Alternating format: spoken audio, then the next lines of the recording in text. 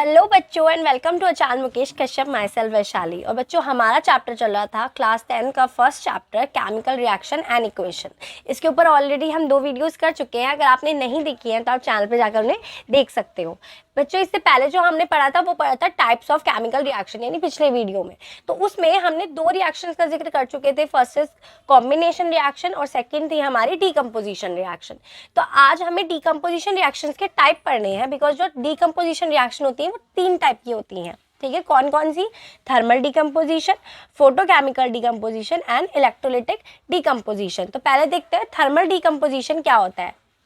Those decomposition reaction in which decomposition carried by heating, यानी कि ऐसी डीकम्पोजिशन रिएक्शन। पहले तो डीकम्पोजिशन रिएक्शन क्या होती है लास्ट वीडियो में हम जिक्र कर चुके हैं, जहाँ पे जो आपका रिएक्टेंट है वो क्या हो, सिर्फ एक हो, और वो क्या हो, बाद में ब्रेक हो जाए 2 या 2 से ज़्यादा सब्सटेंसेस में, यानी आपका रिएक्टेंट एक और प्रोडक्ट 2 या 2 से ज़्यादा हो।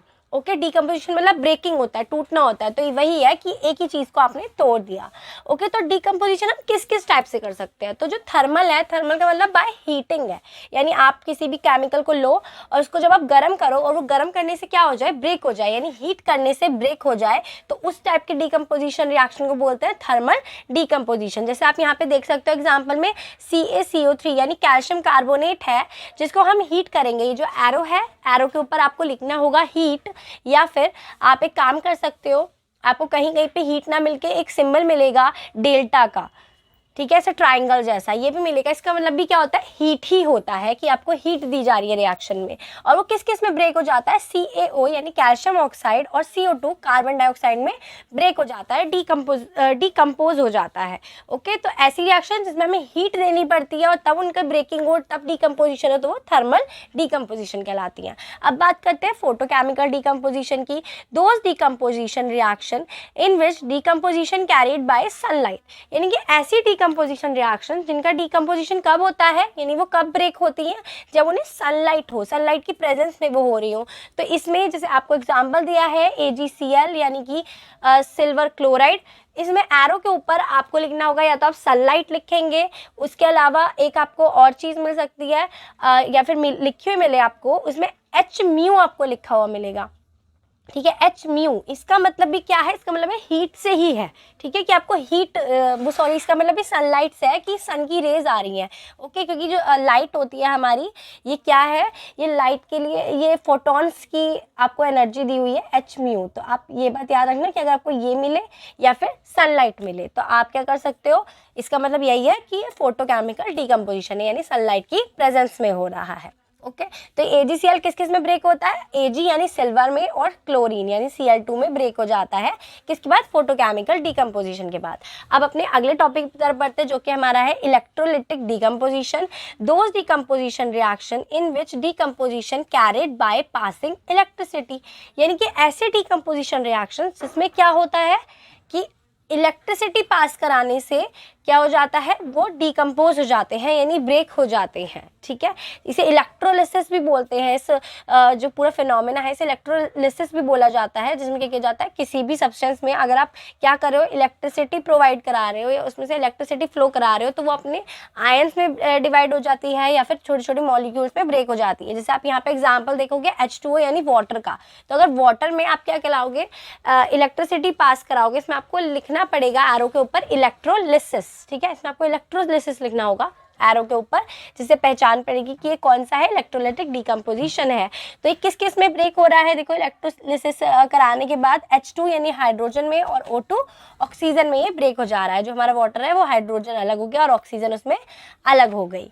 ओके, तो 3 टाइप के इसके डीकम्पोजिशन के टाइप्स थे। अब अपने आगे की रिएक्शन की तरफ बढ़ते हैं, जो कि हमारी है displacement and double displacement reaction.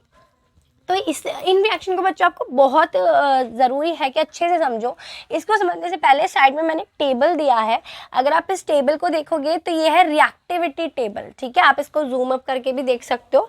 ठीक है, या फिर आप इसे नेट पे सर्च करोगे तो आपको मिल जाएगा, आप उस पर देख सकते हो, आपकी बुक में होगा तो ये रिएक्टिविटी टेबल क्या है, इसमें बच्चों आप देखोगे जो ऊपर एलिमेंट्स हैं और नीचे एलिमेंट्स हैं, यानी ऊपर जो एलिमेंट्स हैं वो बहुत ज़्यादा रिएक्टिव, और जैसे जैसे वो नीचे की तरफ आ रहे हैं वो क्या हो रहे हैं, लेस रिएक्टिव होते जा रहे हैं।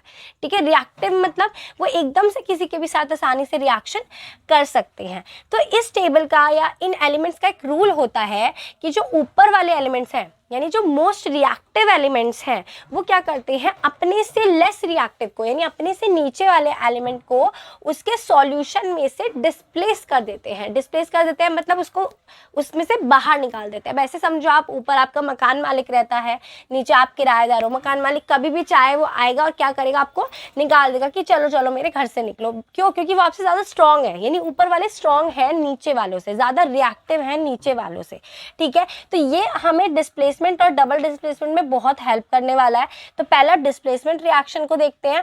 The reaction in which more reactive element displaces less reactive element from its solution. देखिए वही बात कही गई है कि जो मोर रिएक्टिव एलिमेंट है वो लेस रिएक्टिव एलिमेंट को डिस्प्लेस कर देता है उसके सॉल्यूशन में से। जैसे इसका एग्जांपल आप देखेंगे Fe+CuSO4, यानी Fe यहाँ पे आयरन है, CuSO4 कॉपर सल्फेट का सॉल्यूशन है, यानी कॉपर का सॉल्यूशन है।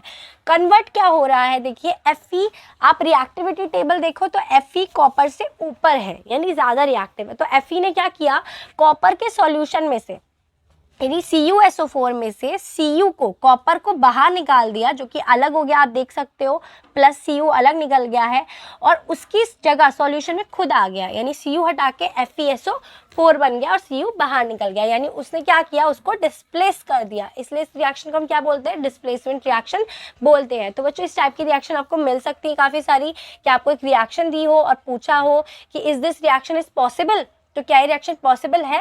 तो ये रिएक्शन पॉसिबल थी कि हाँ Fe ने Cu को डिस्प्लेस कर दिया, बट अगर ये उल्टा होता Cu प्लस FeSO4, तो क्या ये रिएक्शन सही होती, तो ये सही नहीं होती। क्यों? क्योंकि Cu जो था वो Fe को डिस्प्लेस नहीं कर पाता, जबकि Fe ने कर दिया। तो इस टाइप के क्वेश्चंस आपको मिलेंगे आगे, मैं कराऊंगी भी।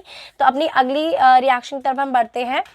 Double displacement reaction, a reaction in which two compounds exchange their ions to form two compounds are called double displacement reaction। यानी ऐसी रिएक्शन जिसमें देखो बच्चों ऊपर क्या था, सिर्फ एक चीज़ डिस्प्लेस कर रही थी, अब क्या होगा, दो सब्सटेंस मिलेंगे जो एक दूसरे को डिस्प्लेस कर रहे होंगे। तो अगर आप यहाँ पे देखेंगे जो एग्जाम्पल है Na2SO4 और BaCl2, तो यहाँ पे दो सब्सटेंस है और जो बन रहा है वो आप देखो BaSO4 और NaCl2NaCl, यानी कि सोडियम ने, Na ने Ba की जगह ले ली, वो क्लोरीन के साथ था तो सोडियम क्लोरीन के साथ आ गया, और जो Ba था उसने Na2SO4 यानी कि वो सोडियम की जगह ले ली, वो Na की जगह SO4 के साथ, वो Na को हटा के SO4 के साथ खुद चला गया, यानी दोनों ने क्या किया, एक दूसरे को डिस्प्लेस कर दिया। ठीक है, यानी बेरियम ने सोडियम को डिस्प्लेस किया तो सोडियम भी आया, उसने कहा ठीक है तुम मेरे घर में आओगे तो मैं तुम्हारे घर चला जाता हूँ। ठीक है, तो बेरियम सोडियम के घर आ गया, सोडियम बेरियम के घर चला गया, तो Cl के साथ सोडियम आ गया है और SO4 के साथ बेरियम। तो ये डबल डिस्प्लेसमेंट है। क्यों? क्योंकि इसमें दो बार डिस्प्लेसमेंट हो रहा है, दो चीज़ें डिस्प्लेस कर रही हैं। ओके, तो चलो आगे बढ़ते हैं अपनी अगली रिएक्शन की तरफ। तो बच्चों आगे हमारा है ऑक्सीडेशन एंड रिडक्शन रिएक्शंस। तो ऑक्सीडेशन रिएक्शन क्या होती है पहले ये देख लेते हैं।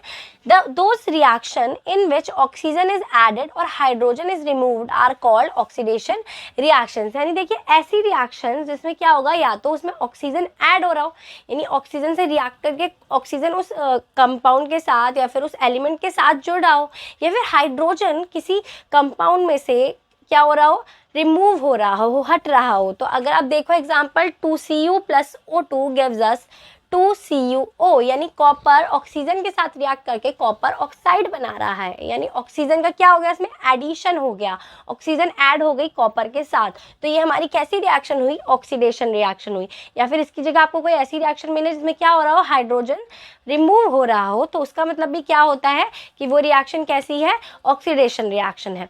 अब बात करते हैं रिडक्शन रिएक्शन की। तो अगर आप रिडक्शन रिएक्शन देखोगे, those reaction in which hydrogen is added और oxygen is removed are called reduction reactions. जैसे कि इसका आप एग्जांपल देखो तो CuO + H2, यानी कि इसमें क्या है, उसका अपोजिट है कि हाइड्रोजन तो ऐड होना चाहिए और ऑक्सीजन रिमूव होनी चाहिए। तो अगर आप देखो तो यहाँ पर दोनों काम हो रहे हैं। CuO को H2 के साथ यानी हाइड्रोजन गैस के साथ रिएक्ट कराया गया, तो हुआ क्या कि हाइड्रोजन ने H2 ने O के साथ रिएक्ट करके वो ऐड हो गया, यानी उसने कंपाउंड बना लिया। जबकि जो O था यानी ऑक्सीजन था वो कॉपर के साथ एडेड था, लेकिन उसको क्या हुआ, अलग कर दिया गया और वो किसके साथ जाके जुड़ा, हाइड्रोजन के। बट मेन चीज़ यहाँ क्या है कि हाइड्रोजन क्या हो गया, ऐड हो गया वाटर के साथ, यानी उन्हें ऐड होके वाटर बना लिया। तो ये कैसी रिएक्शन हुई हमारी, रिडक्शन रिएक्शन हुई, क्योंकि इसमें क्या हुआ, ऑक्सीजन रिमूव भी हुई और हाइड्रोजन ऐड भी हुआ। ठीक है, तो ये हमारी क्या होती है, रिडक्शन रिएक्शन होती है। तो अपनी अगली रिएक्शन की तरफ बढ़ते हैं, जो है हमारी exothermic and endothermic reactions. Exothermic reaction in which heat is added along with formation of product called exothermic reaction। यानी कि ऐसी रिएक्शन जिसमें क्या होता है, जब वो रिएक्शन होती है तो वो क्या रिलीज करती है, हीट रिलीज करती है। जब कोई रिएक्शन होती है तो वो दो टाइप से काम कर सकती है, या तो आप उसे हीट दो और इसके बाद वो वर्क करे, या एक है कि पहले वो वर्क कर लेगी उसके बाद वो हीट को रिलीज कर देगी। तो जो रिएक्शन हीट रिलीज करती हैं वो होती हैं एक्सोथर्मिक, और जो हमारी एंडोथर्मिक है the reaction in which requires energy in the form of heat, light and electricity called endothermic reaction. Endothermic क्या होती है, जिसमें आपको हीट देनी पड़ती है, किसी भी फॉर्म में हीट हो, चाहे वो सनलाइट की फॉर्म में हो, इलेक्ट्रिसिटी की फॉर्म में हो, बट क्या करना पड़ता है, आपको हीट उन्हें प्रोवाइड करानी पड़ती है, तभी वो रिएक्शन हो पाती हैं, अदरवाइज वो रिएक्शन होना पॉसिबल नहीं होता है। तो एक्सोथर्मिक जिसमें हीट रिलीज होती है, एंडोथर्मिक जिसमें हीट को अब्जॉर्ब किया जाता है यानी लिया जाता है। ओके, तो ये इसका डिफरेंस आप याद रखना, एक्सोथर्मिक और एंडोथर्मिक रिएक्शंस का। तो बच्चों आपका ऑलमोस्ट 90% चैप्टर यहाँ पे खत्म हो जाता है। उसके बाद आपका 10% में बचता है कोरिजन और रेंडिसिटी, जिसको हम अगले वीडियो में कवर करेंगे, और साथ ही साथ करेंगे NCERT से रिलेटेड कुछ क्वेश्चन ऐसे जो बुक में नहीं है बट उसकी एक्सरसाइज में पूछे गए हैं, तो हम लोगों को वो सॉल्व करने होंगे, उनका आंसर हम देंगे कि हमें वो कैसे करने हैं। ओके, और बच्चों अगर वीडियो हमारी आपको पसंद आ रही है तो प्लीज़ चैनल को सब्सक्राइब कर लो, वीडियो को लाइक करो, अपने दोस्तों के साथ शेयर करो। Thanks for watching.